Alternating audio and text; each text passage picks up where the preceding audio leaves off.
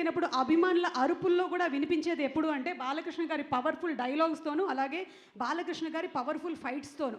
So ఈ సినిమాలో మేము ఏం ఎక్స్పెక్ట్ చేయొచ్చు? ఈ సినిమాలో మీరు ఏదైతే ఎక్స్పెక్ట్ చేస్తున్నారో దానికన్నా 200% ఉంటుంది.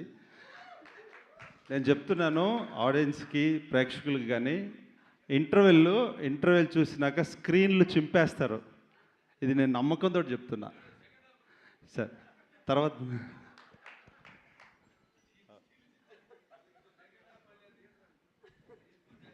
చెప్పండి వెంకట్ గారు.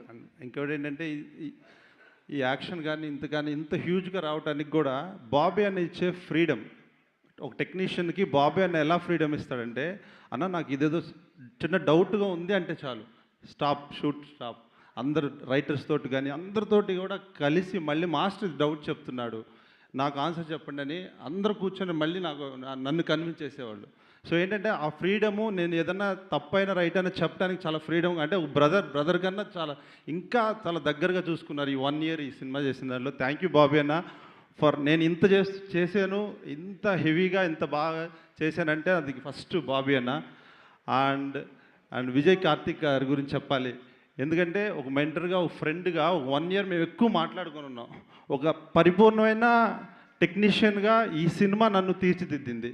సో థ్యాంక్ యూ టీమ్ కానీ, బాబీ అన్నకు కానీ, విజయ్ సార్ కానీ చాలా thank you sir. Thank you so much.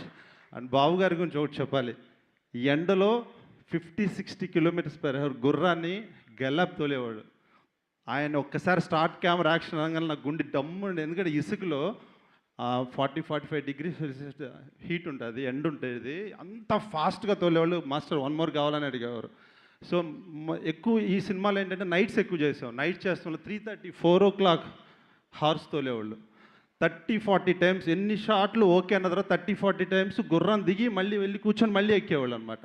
So గుర్రంతో అంత ఈజీ అయిన విషయం కాదు. కానీ ఈ సినిమాలో గుర్రంలో బాబు చేసిన హాస్యం చూస్తే మగండి, బాబు ప్రతిసారి ఎక్కి దిగిన వరకు గుండె డగడగడగడని కొట్టుకుండేది అందరికీ. డిఓపి దగ్గర నుంచి బాబీ అన్నకి, నాకు, అందరికీ.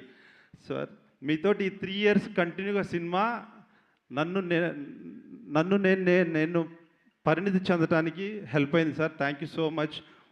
మీలాగా వర్క్ చేయటం అనేది అంటే ఒక వర్క్ పైన ఈ టైం ఆ వర్క్ కోసం టెక్నీషియన్ మనసులో హ్యాపీనెస్. మాస్టర్ ఓకేనా, 1 more మళ్ళీ చేస్తాం వచ్చే వరకు మొండిగా ఉండేవాడు సార్. Thank you sir.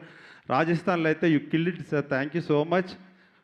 ఎప్పుడు లాస్ట్కి ఏ చెప్పినా జై బాలయ్య గారని చెప్తాను నేను ఎప్పుడైనా. 10 నిమిషాల్లో క్లోజ్ అయ్యే ఏ పబ్బు ముందైనా వెళ్ళి విను ఏమంటుంది, జై Balayya. Thank you so much Venkat గారు. And hats off to all your hard work అండి. ఇక యుగంధర్ గారిని మాట్లాడవలసిందిగా రిక్వెస్ట్ చేస్తున్నాము సార్.